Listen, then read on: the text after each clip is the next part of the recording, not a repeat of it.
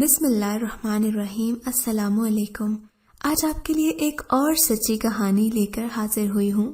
کہانی ایسی ہے کہ آپ کو ضرور پسند آئے گی، لیکن کہانی شروع کرنے سے پہلے نئے آنے والوں سے گزارش ہے کہ ہمارے چینل کو سبسکرائب کریں اور ہماری ویڈیوز سب سے پہلے دیکھنے کے لیے بیل آئیکن کو ضرور کلک کریں۔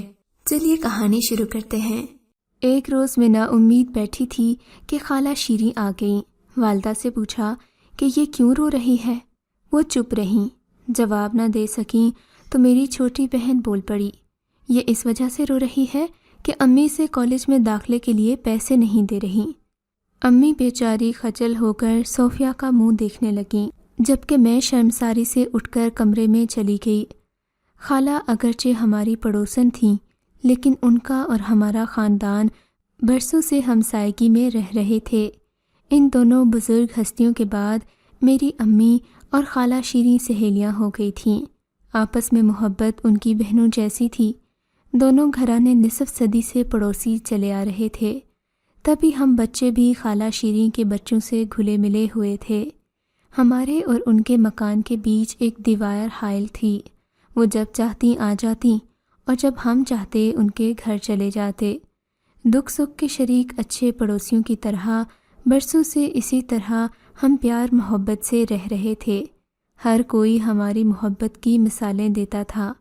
وہ جب آتی ہم خوش ہو جاتے تھے، تاہم ان کا اچانک بلا اجازت آنا مجھے کھل گیا تھا۔ انہوں نے مجھے روتے ہوئے دیکھ لیا تھا، اور وہ بھی داخلہ فیس کی خاطر۔ اس بات پر میں نے شرمندگی محسوس کی۔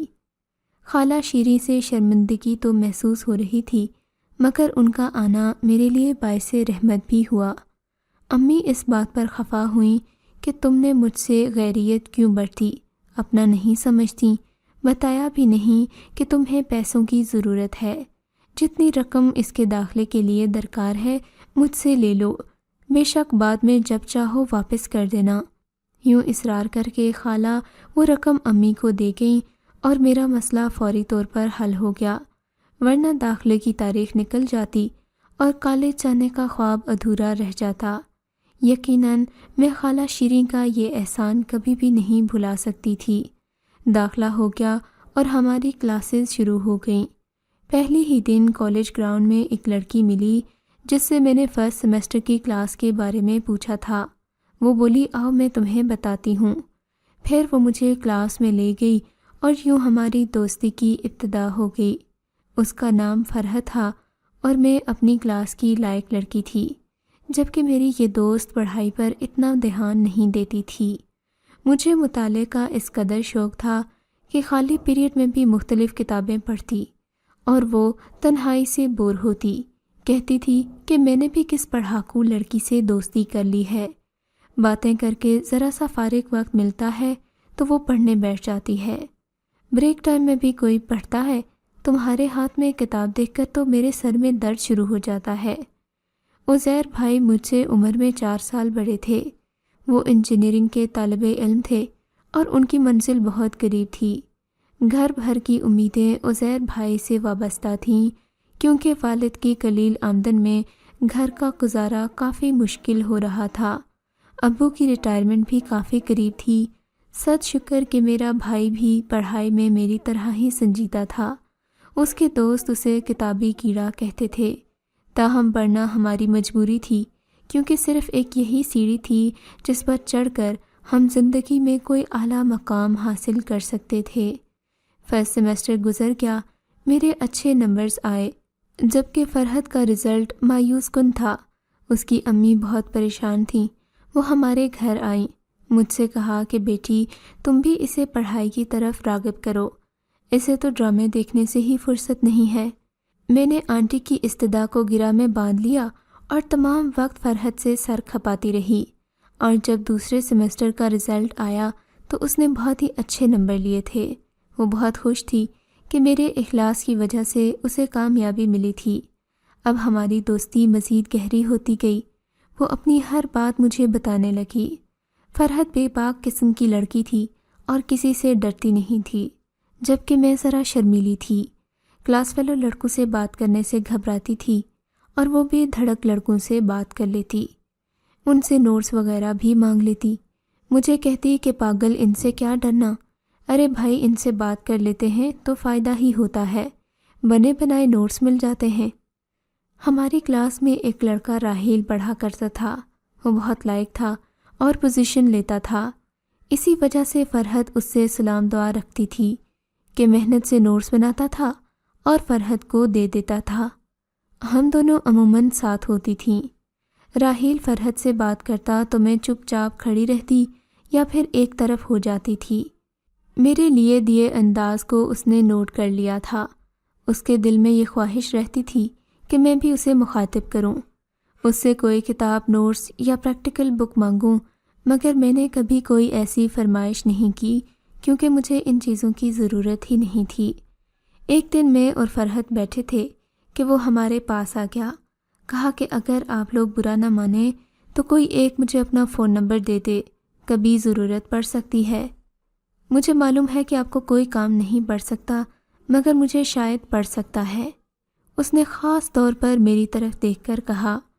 اسے میری جانب متوجہ دیکھ کر فرحت سمجھ گئی کہ وہ میرا نمبر مانگ رہا ہے، لہٰذا اس نے اپنا نمبر نہیں دیا بلکہ بات سنی انسنی کر دی تو وہ شرمندہ ہو کر چلا گیا۔ اس کے جانے کے بعد فرحت نے مجھ سے پوچھا، تمہارا کیا خیال ہے، کیا مجھے اسے نمبر دینا چاہیے؟ میں نے کہا لڑکا تو ٹھیک ہے، مگر پھر بھی میں اپنا نمبر کسی کو نہیں دے سکتی۔ ہاں تم دینا چاہتی ہو تو تمہاری مرضی ہے، میں نے صاف صاف کہا تھا۔ کالج میں چھٹیاں ہو گئیں، چھٹیوں کے بعد وہ آیا تو کہا کہ میں نے آپ سے کچھ کہا تھا۔ چونکہ فرحت شوخ لڑکی تھی، بولی، کس سے کچھ کہا تھا آپ نے، مجھ سے یا ان سے؟ اس نے خاص طور پر میری طرف اشارہ کیا۔ مجھے تو یاد بھی نہیں آپ نے کیا کہا تھا، دوبارہ دہرائیے، شاید یاد آ جائے۔ وہ خجل ہو کر کہنے لگا کہ میں نے نمبر دینے کو کہا تھا، مگر فرحت بلا کی شوخ تھی، کہنے لگی کس کا نمبر چاہیے آپ کو؟ کہنے لگا کہ آپ دونوں میں سے جو بھی نمبر دے دے۔ کہنے لگی اچھا، میں کچھ اور ہی سمجھ رہی تھی۔ فرحت نے مذاق میں کہا اور پھر اپنا نمبر لکھ کر دے دیا، کیونکہ میں پہلے ہی انکار کر چکی تھی۔ یوں ان دونوں میں گھر پر بھی فون پر بات چیت ہونے لگی۔ ایک دن وہ آیا تو بتایا کہ میں اسلام آباد گیا ہوا تھا، آپ دونوں کے لیے کچھ لے کر آیا ہوں۔ اس نے 2 خوبصورت پین ہماری طرف بڑھا دیے۔ فرحت نے اس کا تحفہ لے لیا، مگر میں نے نہیں لیا، جس پر اس کے چہرے پر مایوسی کے بادل چھا گئے۔ ایک روز جبکہ ہمارا فری پیریڈ تھا اور ہم کینٹین میں چائے پی رہی تھیں، فرحت مجھ سے کہنے لگی کہ بطول بتاؤ، اگر انسان کسی کی بہت کمی محسوس کرے اور جب اس سے بات نہ ہو سکے تو اس کی ہر بات یاد آ جائے تو پھر کیا ہوتا ہے، اس جذبے کو کیا کہنا چاہیے؟ میں نے کچھ سوچ کر کہا کہ پھر اسے تو محبت کہتے ہیں۔ میرے منہ سے بے اختیار ہی نکل گیا، مگر میں نہیں جانتی تھی کہ اس بات کا میری سہیلی پر اتنا گہرا اثر ہوگا۔ کہنے لگی کہ میں جس دن راحیل سے بات نہ کروں یا مل نہ سکوں تو مجھے ایسا ہی محسوس ہوتا ہے، کیا اس کا یہی مطلب ہے کہ مجھے اس سے محبت ہے؟ میں نے کہا یہ تو تم مجھ سے زیادہ جان سکتی ہو۔ ایک دن یہی بات فرحت نے فون پر راحیل سے پوچھ لی تھی، اس نے بھی وہی جواب دیا جو میں نے اسے دیا۔ تب وہ بولی، راحیل تمہاری اور بطول کی سوچ کتنی ملتی ہے، میرے اس سوال کا جواب اس نے بھی وہی دیا جو تم نے دیا ہے۔ اس پر وہ بولا، مگر افسوس تمہاری سہیلی نے کبھی مجھ سے بات نہیں کی، شاید وہ مجھے اس لائق ہی نہیں سمجھتی، تبھی وہ دیکھ کر منہ پھیر لیتی ہے۔ میری دوست نے چہک کر جواب دیا کہ وہ ہم دونوں کے درمیان نہیں آنا چاہتی۔ اس بات کا مطلب راحیل خوب سمجھ گیا، حالانکہ وہ مجھ سے ہی باتیں کرنا چاہتا تھا مگر نہ کر سکا۔ رفتہ رفتہ فرحت نے اس پر واضح کرنا شروع کر دیا کہ میں تمہیں پسند کرتی ہوں۔ یہ بات سن کر وہ کوئی جواب نہیں دیتا تھا بلکہ خاموش ہو جاتا تھا۔ یہ بات فرحت بھی خوب اچھی طرح جانتی تھی کہ راحیل اس کے لیے وہ جذبات نہیں رکھتا جو وہ اس کے لیے رکھتی ہے۔ جب آخری سیمسٹر ختم ہونے والا تھا تو وہ راحیل کے لیے بہت پریشان تھی۔ کالج کا دور ختم ہوتے ہی دونوں کو جدا ہو جانا تھا، امتحان قریب آئے۔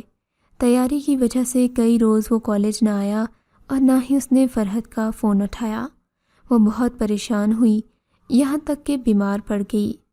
تب میں نے پہلی بار راحیل کو فرحت کی خاطر فون کیا اور قسم دی کہ تم میری دوست سے کنارہ مت کرنا اور میری خاطر اس سے شادی کر لینا، کیونکہ میں اسے ہر حال میں خوش دیکھنا چاہتی ہوں۔ کچھ اس طرح میں نے منت کی کہ اس نے وعدہ کر لیا کہ اپنی والدہ کو منانے کی کوشش کرے گا۔ بہرحال جب امتحان ختم ہو گئے ہم نے کالج جانا ترک کر دیا۔ فرحت سے اب میری شاذر ناظر ہی ملاقات ہو سکتی تھی۔ مجھے علم نہیں تھا کہ اس کی اور راحیل کی بات ہوتی ہے یا پھر نہیں ہوتی۔ رزلٹ آیا تو ہماری ملاقات کالج میں ہوئی۔ فرحت نے بتایا کہ اس کا راحیل سے رابطہ رہتا ہے، یہ بھی بتایا کہ وہ یونیورسٹی میں داخلہ لے رہا ہے، لہٰذا وہ بھی یونیورسٹی جوائن کر رہی ہے۔ خواہش تو میری بھی تھی کہ میں آگے پڑھوں۔ عزیر بھائی کو اچھی نوکری مل گئی تھی۔ جب میں نے اس خواہش کا اظہار کیا تو انہوں نے ہمت افزائی کی تو میں نے بھی داخلہ لے لیا۔ اب ایک بار پھر میں، فرحت اور راحیل ایک ساتھ تھے۔ ایک روز میں اور فرحت لائبریری میں بیٹھے تھے کہ ایک لڑکا آ گیا۔ میں نے کتاب ایشو کروانی تھی۔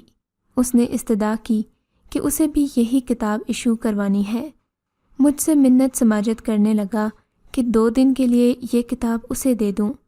اس کی آواز عجیب تھی، ناک سے بولتا تھا۔ جب میں نے اس کی جانب دیکھا تو مجھے شدید دھچکا لگا۔ نہ صرف اس کی ناک سے نکلنے والی آواز خراش پیدا کرتی تھی بلکہ وہ کچھ بھینگا سا بھی تھا۔ اس کی صورت پر مجھے ترس آ گیا تھا۔ میں نے یہ کتاب اسے دے کر کہا کہ 2 دن بعد تم میرے شعبے میں آ کر یہ کتاب مجھے واپس کر دینا۔ اس لڑکے کا نام منصور تھا اور وہ انگریزی ادب کا طالب علم تھا۔ چونکہ صورت اور آواز میں عیب تھا، ہر کوئی اس کے ساتھ ہمدردی سے پیش آتا تھا۔ اسی وجہ سے میں بھی اس سے ہمدردی سے پیش آئی۔ اب یہ ہونے لگا کہ جب بھی میں اور فرحت لائبریری میں ہوتے وہ بھی پہنچ جاتا، حالانکہ ہمارے ڈپارٹمنٹ اور سبجیکٹس الگ الگ تھے، پھر بھی ہماری قریبی نشست لینے کی کوشش کرتا اور بات چیت کرنے لگتا۔ میں رحم کھا کر اس کی جرأت کو نظر انداز کر دیتی۔ ایک دن فرحت نے مجھے کہا کہ تم سے وہ کچھ پوچھ رہا ہے لیکن تم نے اسے لفٹ نہیں دی۔ میں نے کہا کہ بے خیالی میں مجھے پتہ نہیں چلا ہوگا، مگر اس روز کے بعد فرحت نے مجھے اس کے نام سے تنگ کرنا شروع کر دیا۔ ایک دن فرحت کالج نہیں آئی، میں اکیلی کھڑی تھی کہ منصور آ گیا، بولا کہ آپ چائے پئیں گی؟ مجھے اس کی صورت پر ترس آ گیا اور کہا کہ ہاں پیوں گی۔ وہ دوڑ کر لے آیا اور اس کا دل رکھنے کے لیے میں نے چائے پی لی۔ پھر تو یہ اس کا معمول ہو گیا، جب پاس سے گزرتا مسکراتا۔ میں بھی پریشان ہو گئی کہ کیا کروں۔ اب وہ مجھے SMS بھی کرنے لگا تھا۔ میں نے اسے جا کر منع کیا مگر وہ باز نہ آیا تو میں نے امی کو بتا دیا۔ انہوں نے اس کا نمبر ابو کو دیا۔ نمبر نوٹ ہو گیا اور آنٹی شیریں کے شوہر کو، جو کہ ان کے دوست تھے، دے کر کہا کہ پتہ کرنا ہے یہ کون ہے جو بطول کے فون پر SMS کرتا ہے، کچھ معلوم ہو تو اس سے نمٹیں گے۔ انکل نے نمبر دیکھا تو بولے یہ تو منصور کا نمبر ہے، یہ لڑکا شیریں کا رشتہ دار ہے اور اس کا بھانجا لگتا ہے، میں بات کروں گا اس سے۔ انہوں نے بیوی سے بات کی اور انہوں نے منصور کو اپنے گھر بلا لیا تھا۔ جب انہوں نے SMS کرنے سے متعلق باز پرس کی تو ایک دن آنٹی ہمارے گھر آئیں اور ابو سے بولیں کہ بھائی صاحب کیا آپ منصور سے ملنا پسند کریں گے؟ انہوں نے کہا کہ ہاں کیوں نہیں، وہ تمہارا بھانجا ہے۔ یہ بات تو تمہیں بھی پتہ ہے کہ میں تم لوگوں کی اور تمہارے رشتہ داروں کی کتنی عزت کرتا ہوں۔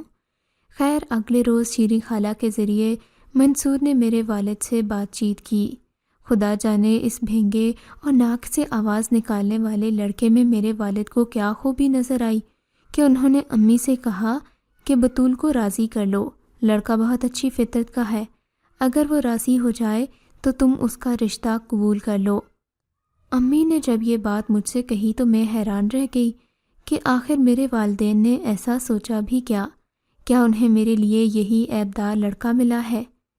اس پر خالہ بھی مجھے سمجھانے آ گئیں کہ منصور بہت اچھا لڑکا ہے، اگر وہ ناک سے بولتا ہے تو کیا ہوا، مہندی اور لائق ہے، یتیم لڑکا ہے، چچا نے پالا ہے مگر کافی صاحب جائیداد ہے، وہ تم سے محبت کرتا ہے، تمہیں خوش رکھے گا۔ اس کے ساتھ ہی کئی حوالے دیے کہ ایسے انسان کا قبول کرنا جیسے معمولی عیب کی وجہ سے زمانہ کمتر سمجھتا ہو بہت بڑی نیکی ہے، اور اس کا اجر بھی اللہ تعالیٰ کی طرف سے ملتا ہے۔ بہرحال میں نے ان سے تو کچھ نہ کہا، لیکن امی سے صاف کہہ دیا کہ اگر دوبارہ میرے سامنے اس کا نام لیا تو میں خودکشی کر لوں گی۔ میں تو کیا خودکشی کرتی، جب میری طرف سے منصور نے انکار سنا تو اس کا دل بیٹھ گیا۔ وہ جو یونیورسٹی میں پاگلوں کی طرح مجھے دیکھتا تھا، اسے اپنا ہوش نہ رہا۔ حالانکہ بطور دوست اور انسان سبھی اس کی تعریف کرتے تھے، مگر وہ صورت سے مار کھا گیا تھا۔ اس نے مایوسی کے عالم میں آ کر کچھ ایسا کیا کہ وہ ہسپتال پہنچ گیا۔ مجھے خالہ نے آ کر بتایا کہ میرا بھانجا تمہاری وجہ سے موت اور زندگی کی کشمکش میں مبتلا ہے۔ میرا کلیجہ منہ کو آنے لگا، پھر سوچا دیکھوں تو صحیح کہیں یہ جھوٹ تو نہیں۔ تبھی ان کے ساتھ دیکھنے میں منصور کو ہسپتال چلی گئی۔ وہ واقعی زندگی موت کی کشمکش میں مبتلا تھا۔ اس کی بیوہ ماں اس کے سرہانے بیٹھی رو رہی تھی، جس کی زندگی کی جمع پونجی ہی اس کا بیٹا تھا۔ منصور کی ماں نے مجھے دیکھ کر ہاتھ جوڑ دیے اور اپنے بیٹے کی طرف سے معافی مانگنے لگیں۔ تب مجھے ان کے لرزتے کانپتے ہاتھوں پر بہت ترس آیا، اور میں نے ان کے ہاتھ اپنے ہاتھوں میں لے کر کہا کہ آپ مایوس نہ ہوں، اللہ نے چاہا تو آپ کا بیٹا ٹھیک ہو جائے گا۔ میں دعا کرتی ہوں بیٹی کہ یہ ٹھیک ہو جائے، میرے لیے سلامت رہے، تم بھی دعا کرو۔ ان کے کہنے پر میں نے دعا کے لیے ہاتھ اٹھا دیے اور صدقے دل سے اللہ کے حضور دعا کی۔ رات بھر اس کی ماں اس کی سرہانے بیٹھی رہی، اور پھر اللہ نے اس کی دعا سن لی۔ منصور کو ایک نئی زندگی مل گئی۔ اس ماں کی دعائیں بارگاہ الہی میں قبول ہو گئی تھیں۔ یہ ایک معجزہ تھا، ورنہ اس کے بچنے کی کوئی امید نہیں تھی۔ اور پھر ایک معجزہ اور ہوا کہ میرا دل منصور کی طرف راغب ہو گیا، اور میں نے اس سے شادی کے لیے ہاں کہہ دی۔ آج میں اس کی بیوی ہوں، میرے 4 بچے ہیں، اور میں ایک خوش و خرم زندگی گزار رہی ہوں۔ کبھی کسی کو صورت کی بنا پر دھتکارنا نہیں چاہیے۔ اللہ نے منصور کی صورت کی کمی ان کو ایک اچھا دل دے کر پوری کر دی ہے۔ آج میں بہت خوش ہوں کہ میں منصور کی بیوی ہوں۔ مجھے وہ بہت عزت دیتے ہیں، اور میرے قبول کرنے پر میرے بہت شکر گزار ہیں۔ اگر آپ کو یہ کہانی اچھی لگی ہے تو ہماری ویڈیو کو لائک کیجیے، اور اس طرح کی مزید کہانیاں سننے کے لیے ہمارے چینل کو ضرور سبسکرائب کریں۔